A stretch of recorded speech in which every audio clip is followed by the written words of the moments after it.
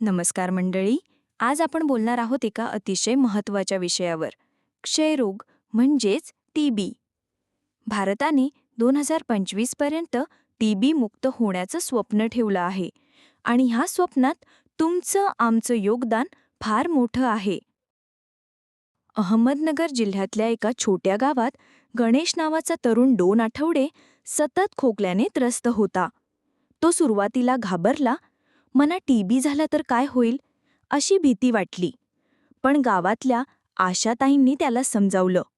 बेडक्याची तपासणी झाली की निदान लवकर होतं. X-ray, CB NAAT, true NAAT तपासणीनेही निदान पक्कं होतं आणि औषधं मोफत मिळतात. गणेश तपासणी करतो, औषधं सुरू करतो आणि काही महिन्यात पूर्ण बरा होतो. मित्रांनो, टीबीची मुख्य लक्षणं आहेत: 2 आठवड्यांपेक्षा जास्त काळ खोकला, संध्याकाळी हलका ताप, वजन घटणे, भूक न लागणे, छातीत दुखणे, गंभीर टीबीत खोकल्यातून रक्त पडणे. ही लक्षणं दिसली की ताबडतोब तपासणी करणं गरजेचं आहे. चला, आता जाणून घेऊया गैरसमज विरुद्ध सत्य.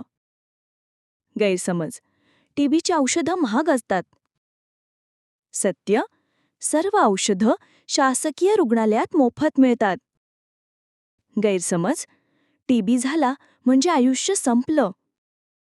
सत्य: योग्य औषधं वेळेवर घेतली तर टीबी पूर्ण बरा होतो. लक्षात ठेवा, लवकर निदान, पूर्ण औषधोपचार आणि समाजाची साथ हाच टीबी मुक्त भारताचा मार्ग आहे. आपल्या गावातून सुरुवात केली तर खरंच 2025 पर्यंत आपण टीबी मुक्त होऊ शकतो.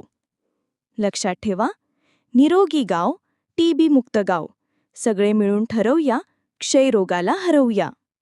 निरोगी रहा आणि इतरांनाही निरोगी ठेवा.